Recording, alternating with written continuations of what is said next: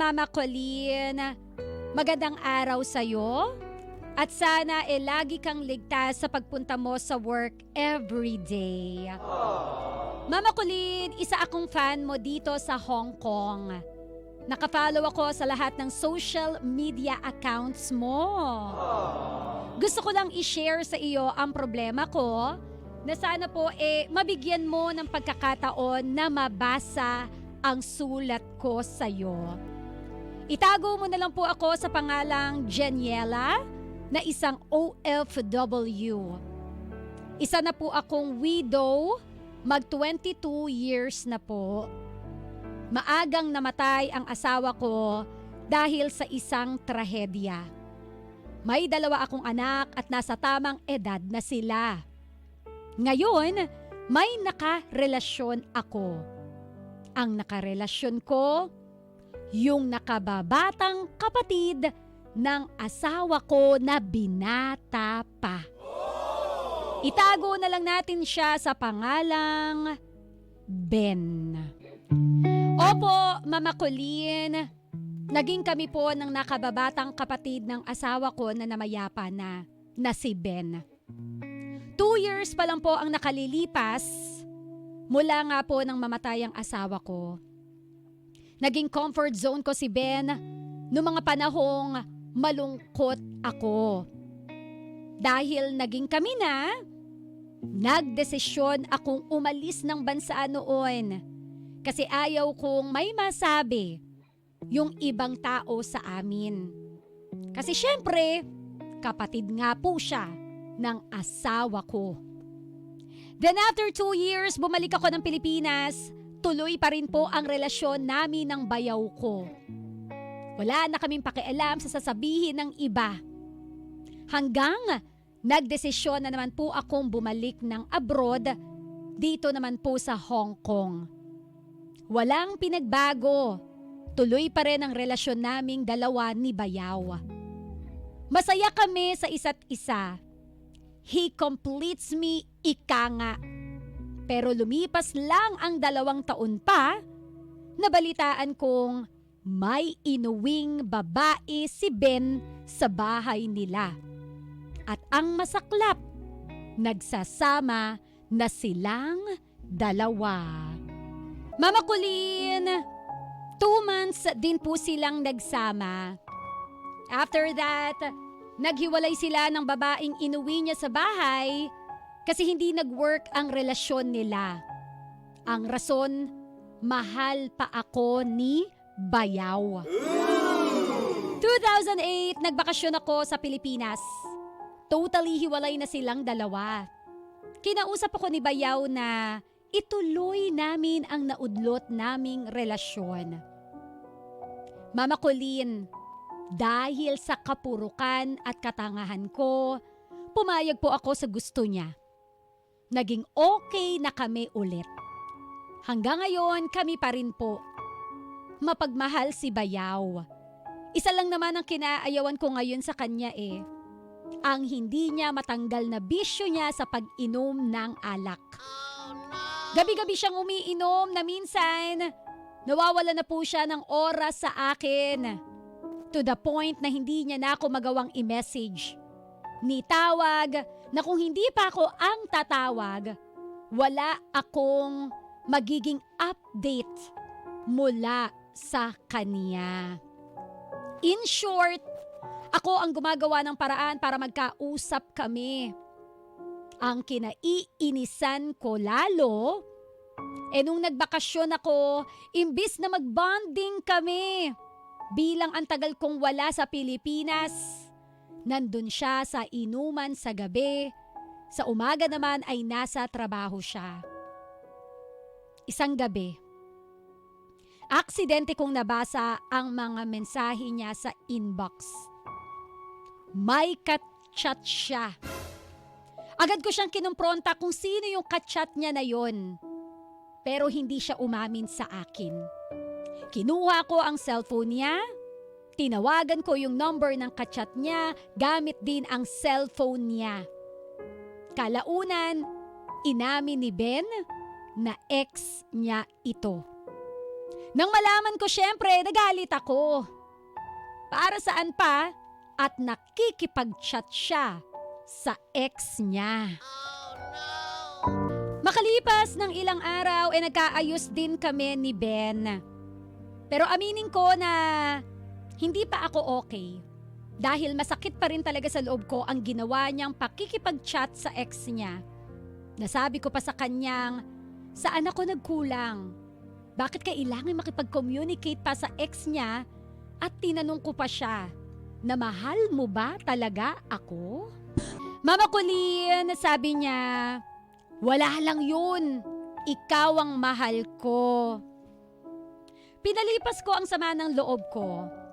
Bumalik na ako dito sa Hong Kong, pero hindi pa rin maiwasan na nagtatalo pa rin kami tungkol nga po sa ex niya at ang pag-prioritize niya sa barkada niya. Isang araw, ang tindi na ng naging away naming dalawa. Nung lasing siya, nakapagbitaw siya ng salita sa akin na stricto daw ako masyado. Oh no! Na wala naman daw siyang ginagawang masama. Mama Colleen, ang sa akin lang naman, dapat may time siya sa akin, lalo kapag umuuwi ako ng Pilipinas kasi LDR na nga kami. At saka bakit kailangan pang makipag-chat sa ex niya, may pamilya na nga yung tao at may anak na. Ako pa ba ang may mali? Oh no! 18 years na kami magkarelasyon ni Ben. Sa totoo lang, Mama Colleen, siya naman talaga ang unang naging boyfriend ko before naging kami ng kapatid niya. Na naging asawa ko na namatay na. Ang sakit sa akin na bitawan siya kasi mahal ko siya. Pero nagsasawa na ako dahil laging wala siyang time sa akin. Inuuna ang barkada kaysa sa akin. Lagi niyang sinasabi na wala siyang time, busy siya sa trabaho. Konti lang naman ang hinihingi kong time. Yung mag-update lang siya, kamustahin man lang ako pero hindi niya magawa. Oh no! Mamang Colleen, ngayon po ay may nakilala akong lalaki. Foreigner. At gusto akong asawahin. Grabe naman ang mga revelation nito, mga ka-winner. Eto na nga. May isang foreigner na nagpaparamdam na sa akin at gusto na akong asawahin.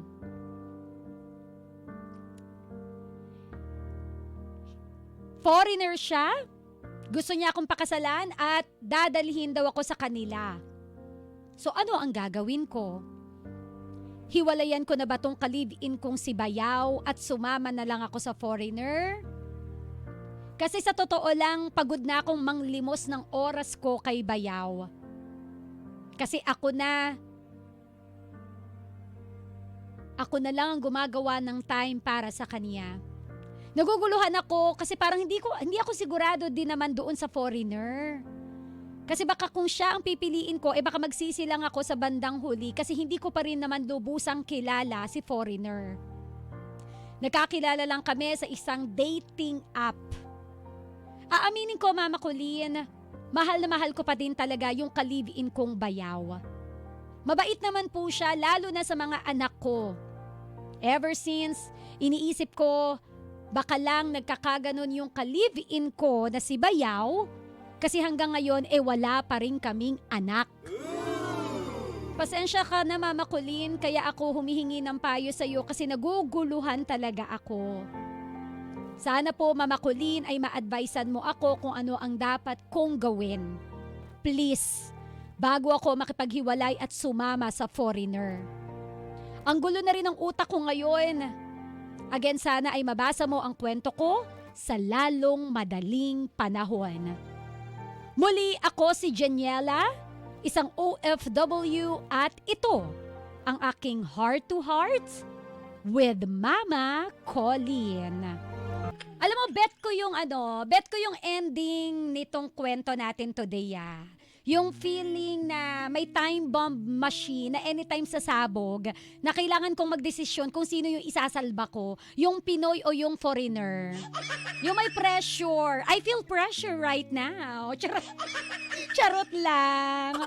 Nawiwindang din daw yung mga taga Honda Cars, Green Hills, sila Natsuki, Boy at Butch Mark. Oy, baka naman, pa-Honda naman kayo dyan. O diba? I feel pressure right now. Parang iniatang sa aking mga balikat ang pagdedesisyon. Nawindang ako sa story today. Ang daming revelation. Anyway, punto by punto muna tayo mga bebe ko, no? Una, na-curious ako doon sa part na kayo naman pala ang naging unang magkarelasyon. Bakit? Paanong ang kapatid niya ang inasawa mo at hindi siya? Diba? Iniwanan mo pa kami ng puzzle na dapat naming hanapan ng solusyon. So whatever the reason is, bahala na kayo dyan. Second point, nabigyan kayo ng second chance sa love. Ang sabi nga, love is sweeter the second time around. Pero dapat, kapag nabigyan ka ng isang pagkakataon, wag maging complacent. Work it out para hindi mapunta sa sayang yung effort ninyong dalawa. Now, if for the second time around, hindi nag-work, baka talagang hindi kayo ang para sa isa't isa.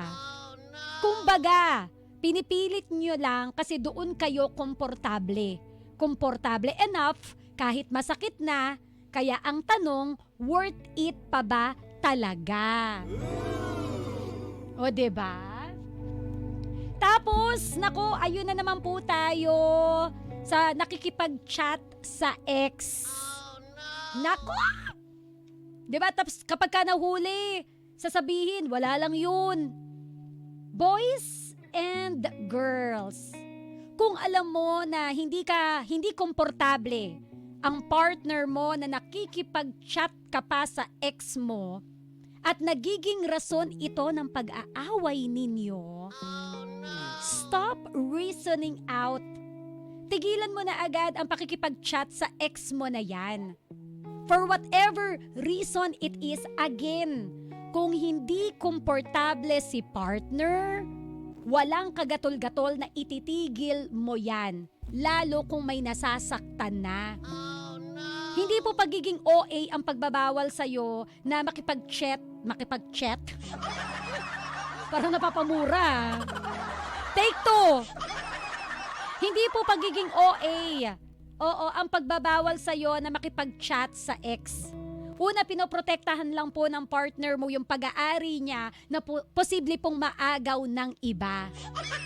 Huwag selfish. Na sarili mo lang yung iisipin mo at wala kang pake sa mararamdaman ng partner mo. Respects. R-E-S-P-E-C-T. Respects. Yun lang naman ang hinihingi ng partner mo sa'yo. Do not do unto others what you don't want others do unto you. Isipin mo kapag ka ang partner mo nahuli mong may kachat na ex, matutuwa ka kaya? Now last point, bebe ko. Pakakasalan mo ba si foreigner dahil mahal mo siya or for convenience purposes lamang? Kasi baka mamaya, maging rebound mo lang si foreigner. Then susulat ka uli sa akin, Mama Colleen, gusto ko nang hiwalayan si foreigner kasi hindi ko naman talaga siya mahal. Si Bayaw pa rin naman talaga yung mahal ko. Paano ba? Papaluin kita dyan. In short, bago ka pumasok sa panibagong relasyon, kailangan may kurog-kurog relasyon. Siguraduhin mong sasama ka sa kanya kasi mahal mo siya. Yes, malamang binubulong ng puso mo also for practical purposes. Pero sure ka na ba kay foreigner? Hindi ba pwedeng magpahinga na lang muna yung puso mo? O nanghihinayang ka kasi ginto na magiging bato pa? So pag-isipan mo lang maigi. Kasi baka imbis na sweet escape ang makuha mo, maging mas komplikado pa ito. Okay? And I hope nakatulong ako and just in time bago ka gumawa ng desisyon. Alright? So, grabe no? Yung partner mo na ngayon, yung kapatid ng asawa mo. So, anong tawag ng mga anak mo kay bayaw? Papa Tito? Paano pag nagkaanak kayo, magkaano-ano ngayon yung anak mo at yung magiging anak nyo ni bayaw? Pinsan kapatid? Ay, ang gulo. Ka-winner, ayoko na mag-isip. Ikaw naman na makisawsaw, anong masasabi mo para sa kwento ni Janiela ng Hong Kong sa programang May Puso? Ikaw naman ang bibida sa aking pagbabalik. Speak from your heart. Anong laman ng puso mo? Ano ang masasabi mo? Ano ang maipapayo mo para kay Janiela? Once again, this is the story of Janiela dito sa Heart to Heart with Mama Colleen. Heart to Heart sa 91.5 Win Radio.